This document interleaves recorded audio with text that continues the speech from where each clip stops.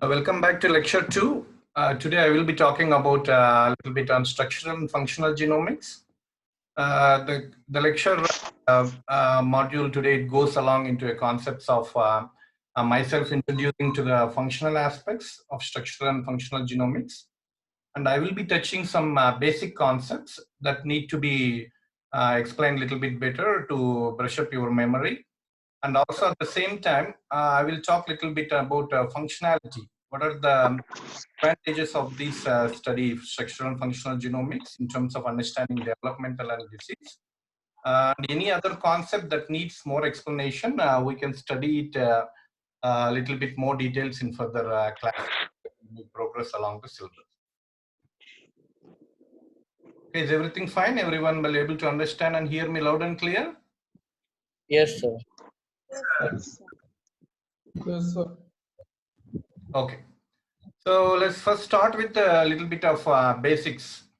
I want to explain a little bit more, brush up on your memory on gene expression in terms of prokaryotic and eukaryotic gene expression, a little bit briefly, and then concepts of template and coding strands, sense and nonsense strands, and also open reading frame and the technique used for gene annotation, or a simple example of gene annotation, the basics of it. I have to cover these two, little bit talk about structural genomics. Why is that important branch of study?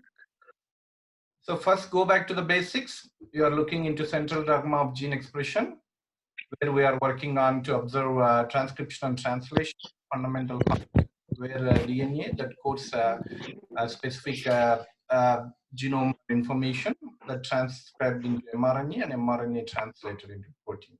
This is a central dogma that we understand, we studied well in our bachelor's and a few other semesters before.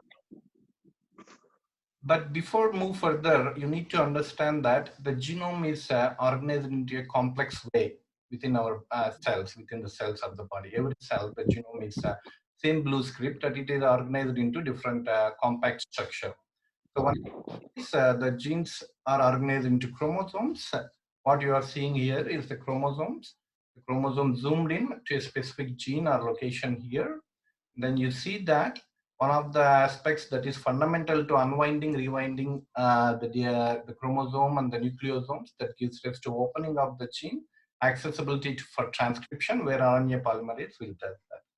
In this slide, I would like you to make focus on two aspects. One is coding strand, one is template strand. It's a basic concepts. We can work through that. You have to brush it along to understand a little bit more on structure of the gene.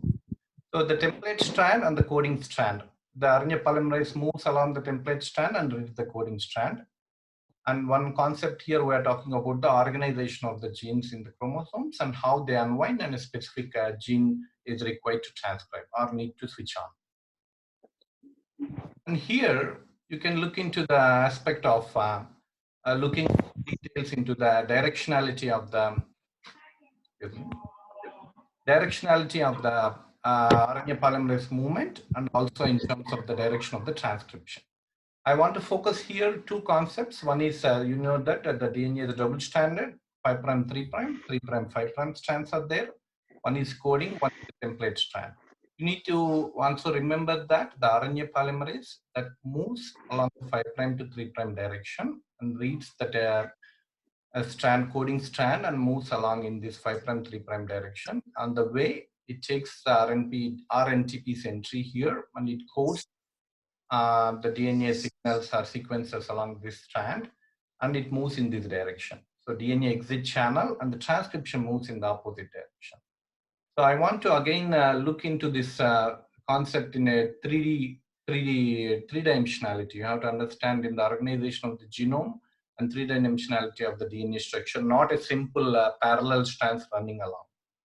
That one concept, you look into that, directionality of the RNA polymerase, and then direction of the transcription.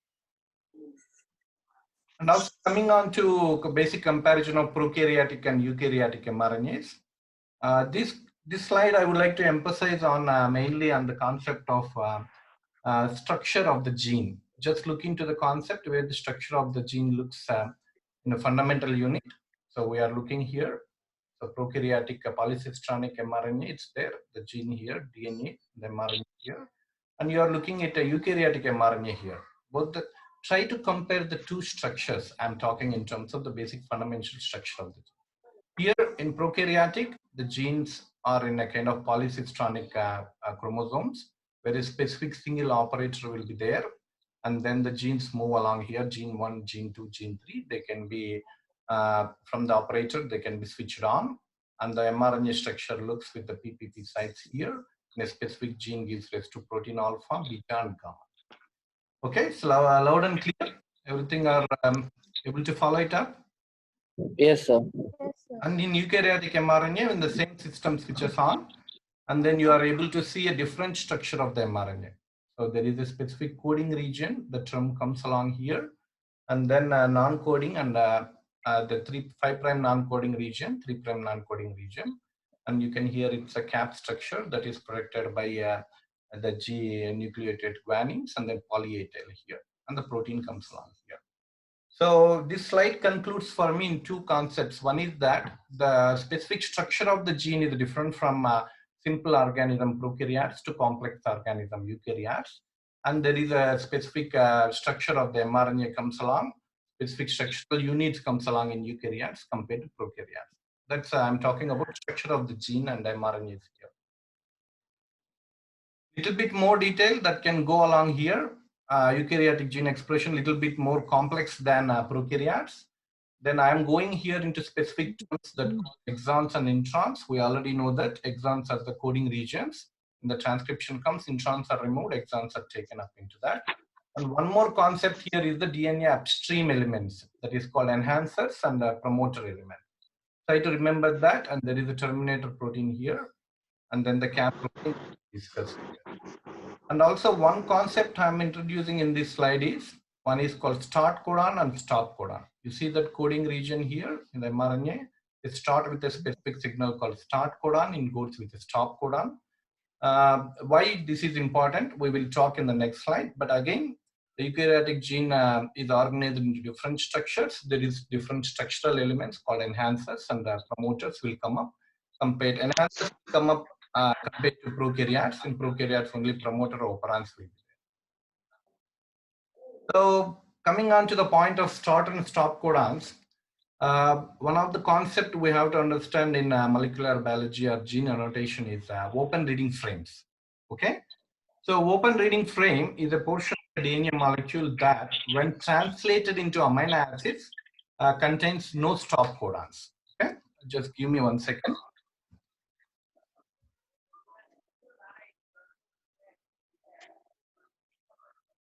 क्या कर रहे हो रे बच्चे लोग?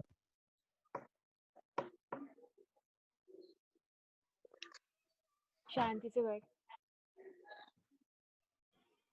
Open reading frame is a portion of DNA molecule that, when translated into amino acids, contains no stop codons. So just look into this diagram with two on the bottom DNA and then mRNA that is transcribed here. And then in the DNA, so there are two strands, sense and non-sense strands. You are looking in a new term here, coding strand and non-coding strand. You just focus on this codon here, ATG, and this codon here, TAA. We are looking at a specific segment of DNA that has ATG and TAA. This is the start codon and this is the stop codon. When you go along into the mRNA, the terminology changes here. ATG becomes UG, and then a UAA comes here is a stop codon. And AUG puts for methionine. That's one of the amino acid. You have to remember in that. You go to fundamentals of basics. So basically, I'm trying here that start and stop codon. A continuous stretch will come up here. That becomes an open reading frame. You see that here to here, there is no stop signal. Complete sequences of mRNA are translated into amino acids that come into proteins. The open reading frame is a portion of a DNA molecule that, when translated into amino acids, contains no stop. One more definition of it is that open reading frame, another definition in terms of the alphabets of the DNA, the continuous stretch of codons, that begins with a start codon, usually AUG, and ends with a stop codon, usually UAA, UAG, or UG. An ATG or a codon that terminates in the RNA that we discussed on. So for example, here there are 3 genes given, just sequences of 3 genes randomly they mention. And you look into the highlights here, there is a ATG here within the start. The ORF starts from here, ends with the TIA here. In the second gene, there is a ATG starts somewhere at the middle, okay? And there is a TIA that ends at somewhere in this portion. Like that, case 1, case 2, and case 3. So you should remember that it's not always start and end of the genes, but within the gene sequences, it can start at a certain time and end at the start codon, stop codon, they can go ahead. So this simple stretch from here to here is an open reading frame. So we are talking here about genes and a single gene that goes into this aspect. But the concept when you talk into omics studies that we discussed in the class 1, the omics studies, it scales up from each gene to an individual to a population. So if you scale up, how do you find a ORS? So there is a lot of computational, lot of genome DNA sequences will come up. There is a specific software called ORF Finder that helps in gene or genome annotation. Okay, so this software will help us. So if you go into this NCBA software, it allows you paste the genome sequences or DNA sequences, or it may ask you to just click on some of the sequences you would like to understand. For example, Drosophila human sequence, and then find the ORFs. Then it can go along with the whole genome and give chromosome wise or gene wise ORFs for the specific organism you are interested. This one of the study is important to study. What are the open reading frames? So why I am talking back into the structure of the gene, chromosomal organization, and then how to find ORFs, open reading frames within the genomes. Why I'm talking that is, to understand the concept of structural genomics, you have to divide the term again into two: structure, and an English word, and then genomics. We studied for the genomics last class clearly, but the structure terms we're talking about, either we're talking about two concepts in terms of the structure that you can see here. Structural genomics is a branch of science that deals with structural organization of gene or genomes. One of the concepts you study here is that deals with the structural organization of either a gene or genome. Genome in terms of the volume of the genome, size of the genome, and organization of the genome whole, we can study how compactness. But you take out the structure of the genome that we already discussed, what are the elements of the gene in terms of promoters, in terms of upstream elements, in terms of mRNA elements, that we already discussed on different types into simple organism prokaryotes, complex eukaryotes. On the other hand, structural genomics is also defined as a branch of science that deals with complete set of proteins encoded in a given genome. So this we have to again look into that concept, looking into the structure of the genome on the one side, on the other side of the outcome of the whole genome. What is the functionality of the genome? So we already looked at the DNA will be translated into mRNA to proteins. So a specific genome that gives complete set of proteins. Then what are the structure of the proteins? That is also an important concept. It's called as structural genome. Basically, structural genomics deals with these 3 points: physical organization of the gene or genome, genetic mapping, physical mapping, and sequencing of the whole genomes is also one of the concepts. And then 3D structure of every protein encoded by the genome. That is also the fundamental goal, the goal of the structural genomics to understand. So to explain a little bit more better, structural genomics takes advantage of completed genome sequence in order to determine protein structure. One of the point two as one of the goal I discussed. So you need to have a complete genome sequence, because without the gene, without the mRNA, the proteins will not be coded. So the structural genomics takes advantage of completed genome sequences, not a part and part, a little bit bits and pieces of the genome. The gene sequence of the target protein can be compared to a known sequence and structure information, which can be inferred into a protein structure. For example, let's say you have 10 animal species that are genomed, including humans. For example, mouse, C. elegans, and another Drosophila. So you can compare the sequences of a specific batches you found it in humans, match it with the, again Drosophila, C. elegans, then annotate them gives rise to what kind of proteins it gives rise to. So you can do that, a kind of structural analogy you can study. And also it can be used to predict novel protein folds. One of the things you have to remember that the protein will go under into 4 conformations: primary structure, secondary, tertiary, and quaternary structure. And in each structural complexity, it gains a kind of a 3-dimensional structure. And 3-dimensional structure of each protein is important, very important, that is relevant to functionality of the protein, because it may be an enzyme that interacts with a specific uh, other enzymes or receptors. So there is a structural folding, structural interaction. So predict novel folds, protein folds is also an important concept that I have to remember. Why the structural genomics is important to analyze that. To do that, one of the olden days people were using, taking a specific gene, its protein concept, and then they crystallize the protein, right? It takes crystallography, NMR techniques, crystallography techniques, they crystallize the protein, they analyze the function, they look into that. But nowadays we are going into sequencing a lot of genomes, a lot of protein databases are coming. So you cannot go ahead to crystallize every protein, because it takes a lot of time, money, and resources. To do that, we developed a modeling based approach where homology studies, for example, homology of sequence in a Drosophila, sequence in the human, you can go ahead with the model based approach and find the structure of the unknown or known protein and solve the structure through computational approaches. Though you are not testing in the biology of it, but you can use modeling to predict structure and function of that. So one of the aspects is the structural genome. So identifying novel proteins.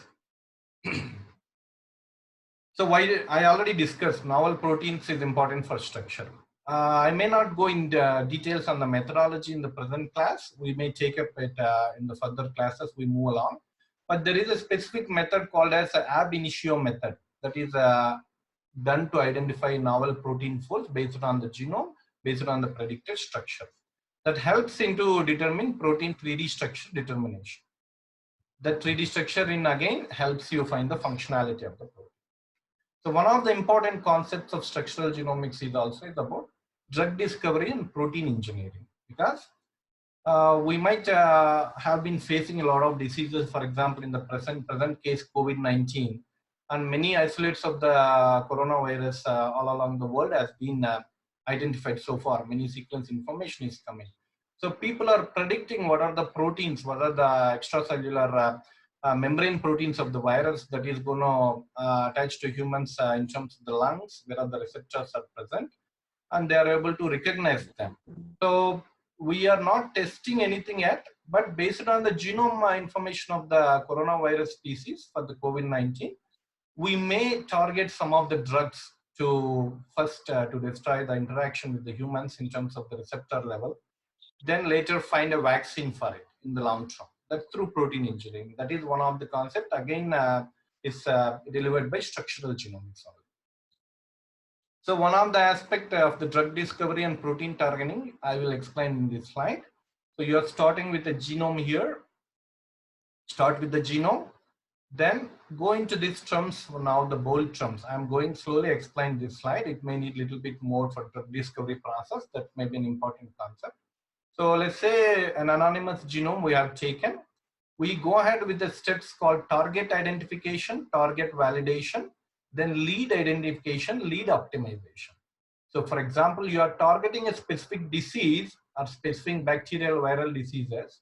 You want to characterize specific genes as candidates. You cannot go ahead with identifying the whole genome and whole genes. You cannot do the targeting study.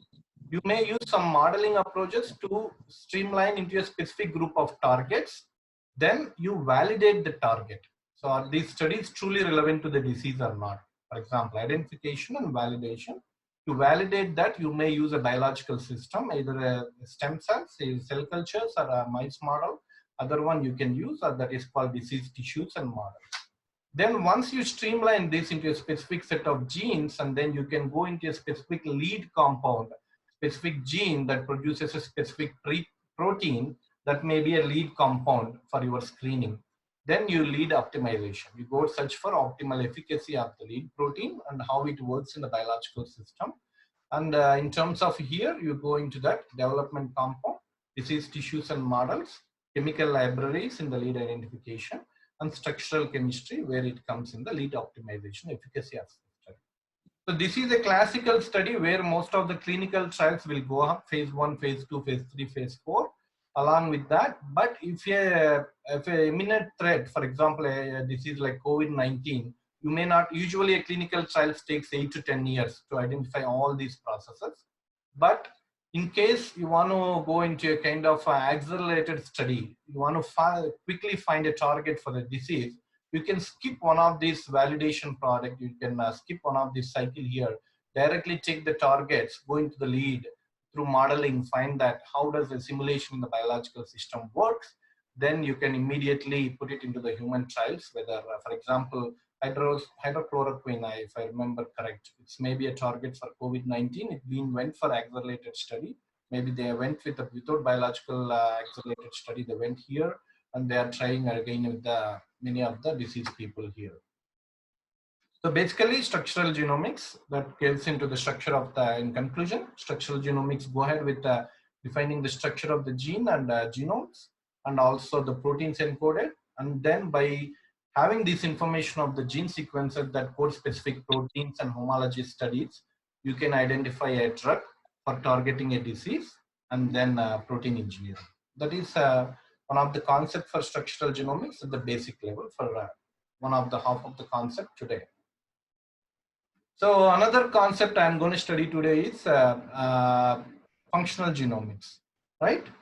So that I will explain a little bit more going back into the basics. In the structural genomics, we went in the basic concepts of the gene transcription, gene structure. We went into the more advances of the method and what can be done as advantages to human diseases and drug targets. In the way, same functional genomics, the term defines function and the gene. What is the gene function and the outcome? And then in terms of the scale, functional genomics will come up. Coming on to the basics of this functional genomics, you need to understand few concepts that I summarized here. First, you need to understand the link between genotype and phenotype. And then in the genes and the alleles, we already know the basics. And then concepts are interlinking between development and disease. Okay? So these three concepts, if you understand well, you can give an appreciation to functional genomics. What are the advantages of the study? Okay, let's go into classical genotype and phenotype. We already know that a specific gene codes for a specific protein, and that protein along with other proteins interaction that can give a specific phenotype. For example, a classical study you can take in terms of eye development of the eye, specific protein molecules are involved in the color of the retina, pigments in the eye. So there is two kinds of phenotypes that you can understand here. One is a brown eye, one is a blue eye. And then in terms of the basics of genetics or alleles, BB is for black, small bb is for blue. But again, you can understand that dominant and recessive alleles, we already know that. In a simple Mendelian Punnett square, you have a brown eye. And also you need to understand that each eye, the gene encodes for the color of the eye. There will be two alleles. One is dominant, one is recessive, based on the dominant phenotype or dominancy of the genes which are given into the next generation. For example, BB, both are dominant alleles, you get a brown color. But B and small b is also recessive. The small b will be recessive here, but B is there, so dominant again brown color. But you go again both small b's where the dominant allele has been suppressed and only recessive alleles are expressed. So you get the blue color. So this is a color of the blue, color of the eye in terms of brown or blue is encoded by specific gene or allele called B that gives you here in a recessive dominant condition, specific condition. So dominant brown allele, recessive brown allele. And in terms of expression, you need to understand that if there is both BB is present, they may go to elicit specific proteins or pigments in the cell in terms of the nucleus, where mRNA specific to brown color pigments are produced. They move out of the cytoplasm, they make specific proteins that look brown only. But in terms of both alleles, they code for different mRNAs that code for a specific protein that gives rise to blue color. So basically genotype and phenotype, that is the fundamental concepts you need to understand. The functionality of in terms of the phenotypically explicit that comes from the basic inherent concept of the genes located and a specific chromosome that regulates for the eye development. And also you need to understand that genes, though we have a same blue script, they might give rise to different phenotypes based on the environmental influences. You know that, right? We already know that. The genes influenced by environment, their expression pattern changes. Though they are destined to make a specific phenotype, they may change the phenotype through environmental influences. One example of this is that flamingos are actually, they are white in color in the origin and during evolution.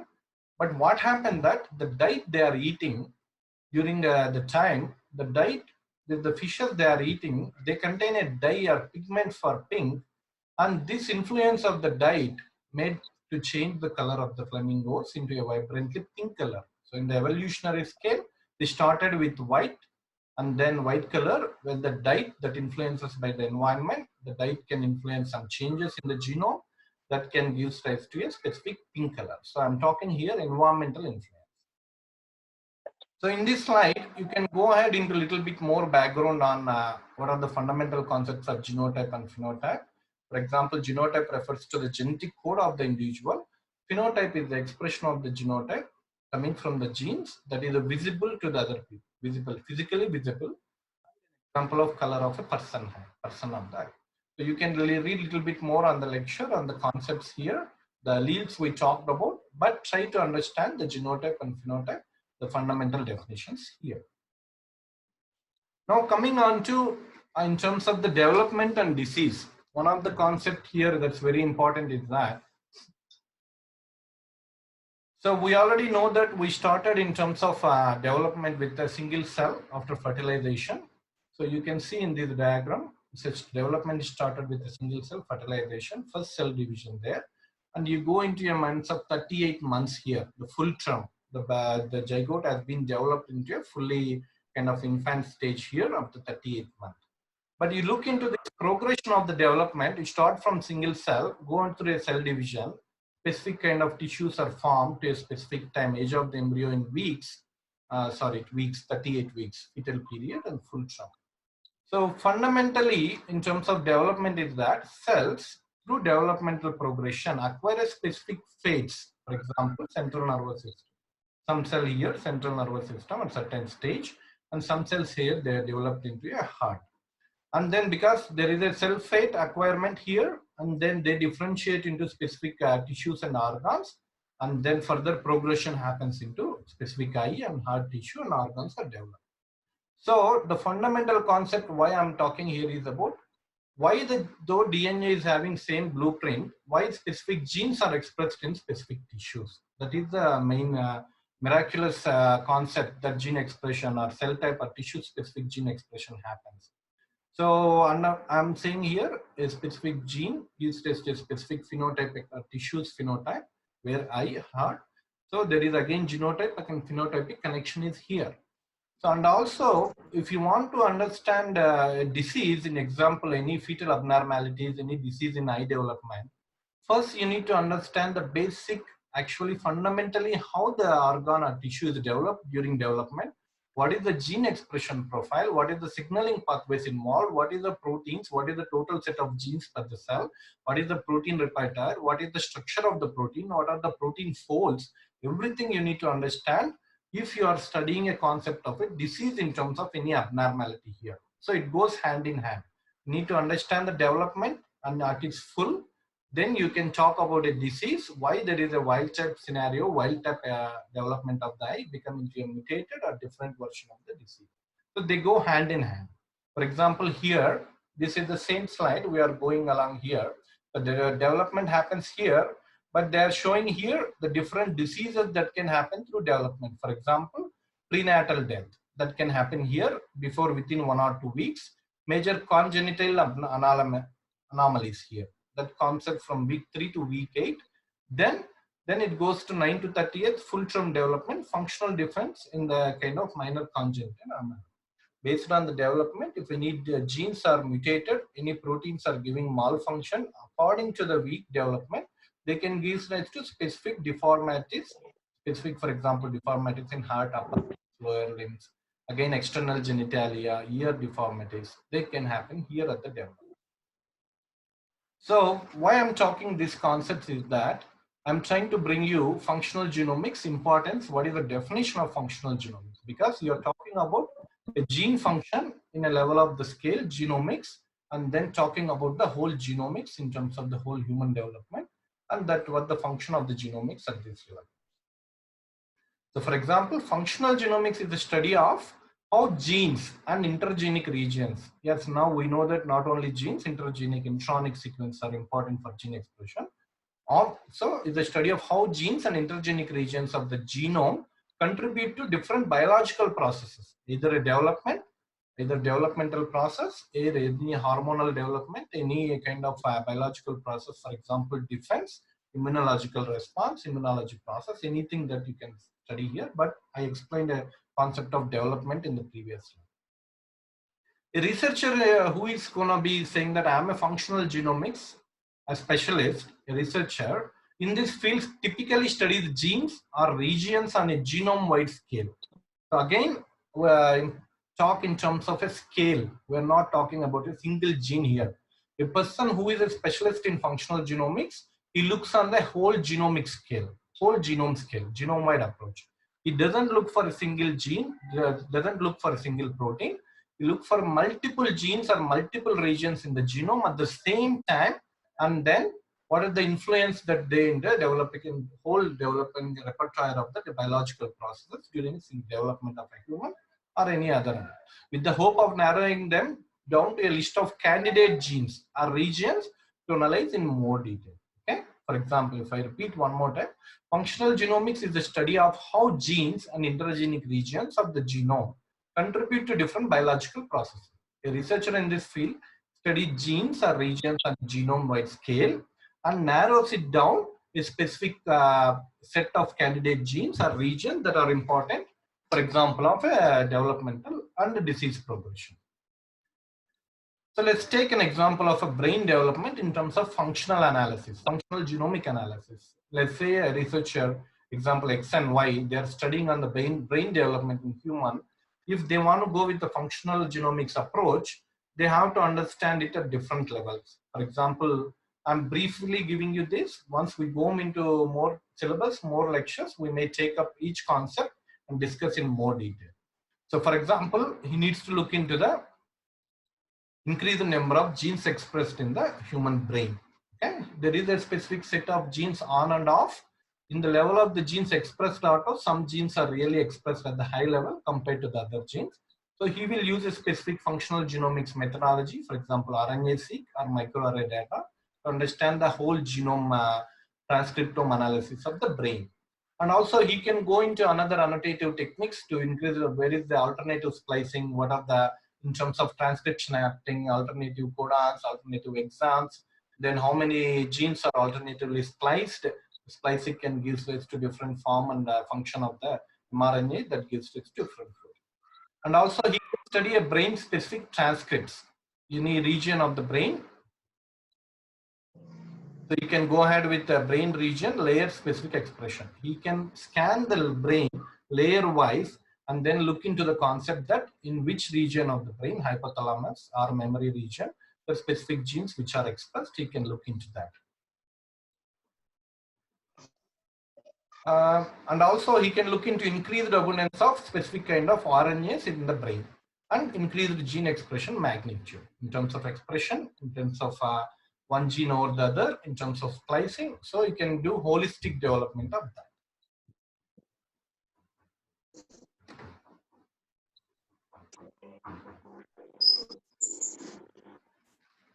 Okay, again, coming back into the concept of studying development and disease. So we spoke a candidate of example about the brain here, but coming on to prenatal, postnatal diseases here, more little bit obstetric diseases where you have a specific prenatal development, postnatal development. The same functional genomics expert who want to study a specific postnatal disease, maybe let's say example of neurological diseases, he might have to go back to study into the basics of the development, basic development of the brain, again do the same concepts of looking at the whole brain level, what are these genes expressed in terms of neurological function. You can use specific annotation of the proteins, 3D structure of the proteins, how they are doing, and in terms of potential of action potentials and chemical signals. Excuse me. So it's you can take any disease here, then you go back to the development here, look on the whole functional genomics approach, then find a candidate or target approach, how you can cure the disease. Again, functional genomics, it can go ahead into many ways. One of the concept that you can go ahead into terms of study into 4 levels, where genomics into the level of DNA or epigenomics, DNA modification, that we will talk methylation and few other marks that are made on the DNA are important. So at the DNA level, genomics, epigenomics will contribute to the phenotype, that functional genomics at the end. Transcriptomics at the level of mRNAs, we may talk more about this in the next class. That also contribute in one of the area. And another level is called proteomics. Once the proteins are made, a specific concepts of study here can, and then proteins will give rise to certain metabolites, again metabolomics. So an integrated approach of functional genomics can be studied in terms of the 4 levels at the DNA level, RNA level, protein level, and metabolic. So again, this integrated gives us a concept of system biology that we discussed. So, okay, so the main goal of this lecture today is to work on fundamental concepts of structural and functional genomics. Overall, I made it as a brief because I want to just introduce to the concept, definition of structural functional genomics, and in terms of implications, in terms of development and disease and functionality, drug discovery. Each concept can be taken in further classes when as curriculum demands, a unit demands to discuss in more. We can take into that and discuss further more in keenly. But further, right now, I would like to stop the class here. I summarized that in a last slide. What are the integrative approach of structural and functional genomics can give rise to understanding better disease models and the developmental process. For example, you see in this slide, a kind of actually this is published in article in Science in 2001. We are talking in a kind of over 2 decades timeline, but at the same time, people were the concept of structural and functional genomics was emerging because very few genomes were sequenced, genome projects were there, and then they started to look into the specific concepts here, whatever we use in terms of structural genomics here and functional genomics come up here. Target selection, specific kind of proteins, then analyze them through crystallography and NMR, then specific folds they can identify. Based on that, family members of protein folds, then structure function characterization can happen, then homology modeling that you can compare it to other models. Then you along with creating a protein database, and that gives rise from genome to protein, that is structural genomics. But again, in the homology modeling, you can go up with the drug development, metabolite profiling, and structure in the organization and development of a cell or microorganism or a disease. But I would like you to focus on here. You can see a concept of target selection here. It's a kind of, you see that this database, some of the protein folds or molecules are represented in circle. You see, as the information gets more and more here, you can see that the color in the background colors are moving up here. The red color, for example, here, it's very pale, and more information is there. It keep moving up. You are getting a concrete information of a specific structural protein or homology. For example, nuclear hormone receptor. For example, epidermal growth factor. It may be this nuclear hormone receptor here. Another metabolite regulation here. So you start with one gene, one protein, one organism. The more information comes with the database, you can compare with the homology studies. For example, same nuclear hormone receptor in humans, flies, and worms, they can have a same structural homology and they can have a same structural function.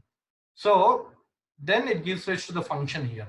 So overall, the integrated approach, overall main goal of system biology is that you want to analyze more and more, get a more and more information. At the same time, you see the small circles, because people tend to focus on a specific domain, specific structures more keenly, but they may forget to study on these small circles. But they may be very important for a specific developmental event or concept. So from here, the pool, you may omit already established studies. You may take a specific small circle that needs more focus. you start asking same fundamental question: where did it come from, which organism it come from, which modeling you used, what is the homology. If it is not homologous to any other protein database known protein structure function, you can analyze them into a novel functionality, novel protein structure. Sometimes we call them as orphan, or not knowing the function of the protein. You can start studying them, you can find something interesting. So that is the concept of the whole system biology and structural functional genomics. And also, as I said, over 2 decades now, we have tons and tons of information available. So if you want to be a functional genomics guy, you can start working on concept, just starting from genomics to structural genomics. Understand that you are able to sequence the genome, you are able to map the genome, then use a specific modeling and techniques that will allow you to find an unknown function of a unknown protein, unknown homology here. Then you can use that approach. Okay. So basically, I would like to stop the lecture here. Hope fundamentally I was able to answer you and explain you something. If any queries, we can take back in the next class, or we can do a demo class for questionnaires. But the next class I will go ahead with transcriptomics, RNA-mics. Then the next class proteomics, and then metabolomics will go ahead. So you were able to understand or brush up your fundamentals in terms of structural genomics so far? Yes, sir. Yes, yes, sir. Yes, sir. Yes, sir. You may need a little bit more time to go with the slides. You can work through that. I will stop the recording here for now.